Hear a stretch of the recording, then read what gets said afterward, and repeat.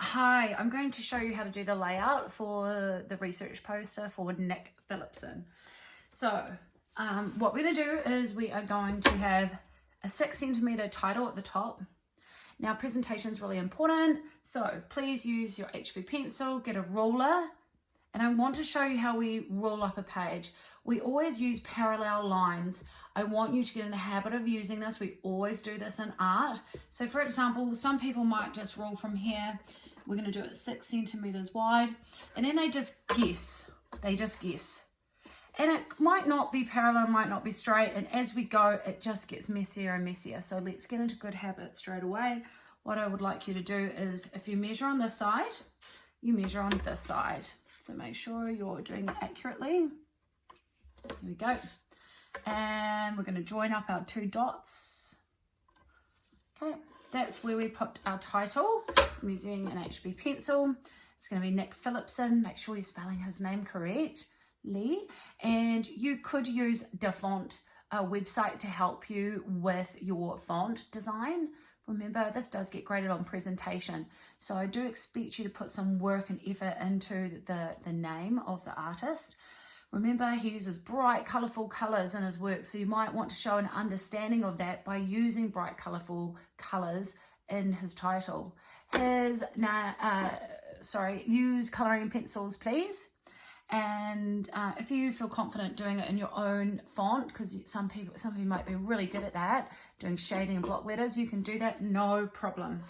Okay, underneath that, we're going to mark an area, the same as we did before.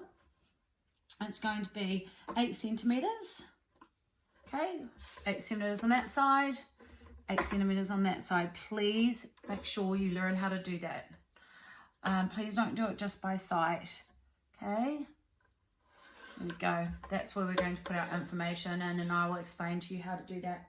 Underneath it, we're going to put 5 squares to copy parts of his work. All right, so we're going to put from this line.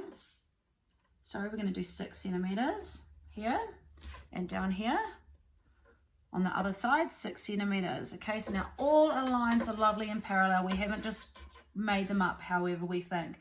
Please make sure you do it the way I'm showing you how to do it. Okay, so we want to make these into cubes.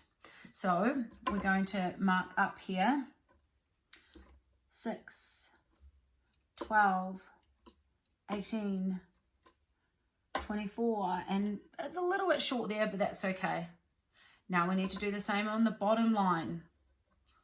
6, 12, make sure you're accurate. 18, 24. If you want an A grade, you're going to be really accurate. Now we can join up our 2 dots. Okay, so move your ruler so that it joins them up. There we go.